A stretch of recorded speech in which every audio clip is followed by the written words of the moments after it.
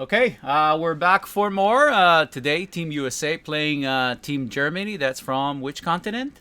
Europe. Oof, that was a long delay. Yes, that's right, Europe. Team USA in basketball, last prep game before the Olympics starts in 4 days. And once again, Team USA struggled. Yeah, it started off well in the beginning. Last game we saw Team USA struggling to play together, and it was kind of ISO ball. I agree, but the U.S. team plays mostly ISO and less team basketball. But let's kind of backtrack for a second. So we've learned, I think it was today, was announced that LeBron James is going to be the flag bearer in the opening ceremony in the Olympic Games, again, starting in 4 days.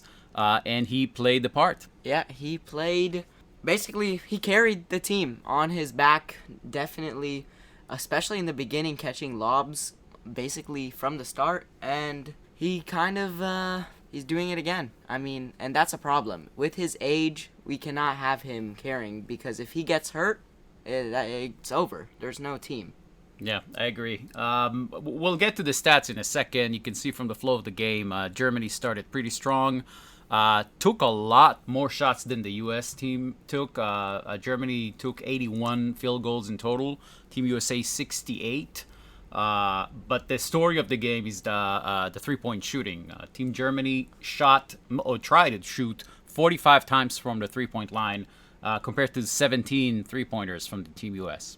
Yeah, the U.S. played more in the paint, which worked for them. This game was close from the jump, and we can see like players on Germany from the NBA, like Franz Wagner, his brother Moritz Wagner, and Schroeder. They all played well, and they set the tone. Yeah, I think again that's going to be the story for the Olympics. More and more teams have NBA current or former players. Level of basketball across the world is significantly improved compared to years past. Every national team, almost every national team, has an active NBA player or more. So this is going to be the NBA elites on Team USA, and then other NBA players and other national teams. But what's going to matter most is the hunger. Do you want to win this? Do you care? Or do you not? And the sense I'm getting from the games we've seen is that Team USA is okay winning, and other national teams are really in for the hunt and trying to certainly beat the US. Yeah, beating the U.S. seems like the main goal for most teams. When they come, they bring their best efforts, and they're looking to win. And U.S., they have the NBA. They're focused on mainly winning championships, as that's what their goal is, playing in the NBA. And I think during the summer, it's not their main focus. Yeah, I agree. So as you see, Team USA had a strong second quarter. They opened a 10-point lead, but Germany kind of came back. The U.S. took a fairly small lead into the first half, and it was actually down in the third. And this is somewhat similar to the games they played against the Canada team, the Australia team, and as we just summarized a few days ago, against the South Sudan team. They had issues against Canada. Canada is the second most favorite team to win the gold medal in the Olympics.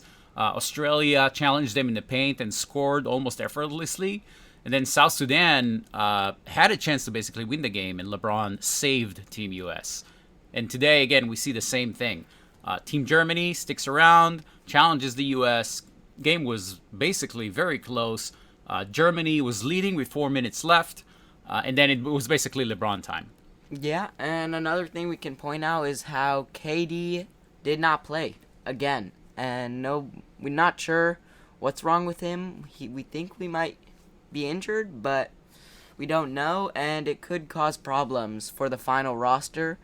If he's there and he's just taking up a spot not to play, what happens if AD, LeBron, Embiid, what happens if any of them get injured? It could cause problems. Yeah, that's a big bet on the U.S. team side. Clearly, KD can play, but the question is he fit and ready to go? And even if he is fit, can he take significant portions of the game, or is it just going to be an addition? And then what happens if the likes of LeBron, AD, Embiid, who's been playing well, Drew Holidays, if any of them gets in foul trouble or, God forbid, gets injured, I think Team USA is going to be having some issues. Yeah, let's look at the box score real quick and say how we need to see much better performances from players like Curry, Booker, and even Ant-Man, he played okay, but he didn't do enough. For a player, again, like his, should be able to do more. And Curry should not be shooting like this from 3. In his last 3 games, he's shooting 4 of 16 from 3, 25%. If you're known as the greatest shooter of all time, that can't be happening, especially when he is relied on the most. He take the most shot. Yeah, that's true. He's one of the best shooters, if not the best shooter, and he's been taking his, his shots. He had a few open threes, but he missed most of them. He was 1 of 7. This one, he was 3 of 9 in the game against South Sudan. This is not going to cut it. The team is relying on his three-point shooting, and he did not show up so far. I agree with that. And I think, looking at these players and the fact, I don't know if they're playing down to the level of the other players, but some of this is like, it doesn't make sense that we have players like Tatum, who's making $60-something million in his next contract after he got extended this season, and then they're playing down to levels of players we've never seen who probably are playing in Europe right now, and they're more hungry, and that's basically what matters. I agree. Yeah, it's the hunger that drives the effort. The sense I'm getting, it is prep games, so they're still not playing for anything that really matters, but the effort we've seen from other national teams was vastly higher than Team USA. It's not that the team didn't play well at all, but at times they seemed disjointed. It was a lot of ISO basketball, very little team play, and even then it was just kind of trying to get highlights. It worked at times, it didn't at others. And other national teams playing Team USA give their best effort as exactly what's going to happen in the Olympic Games. Team USA is the team to beat.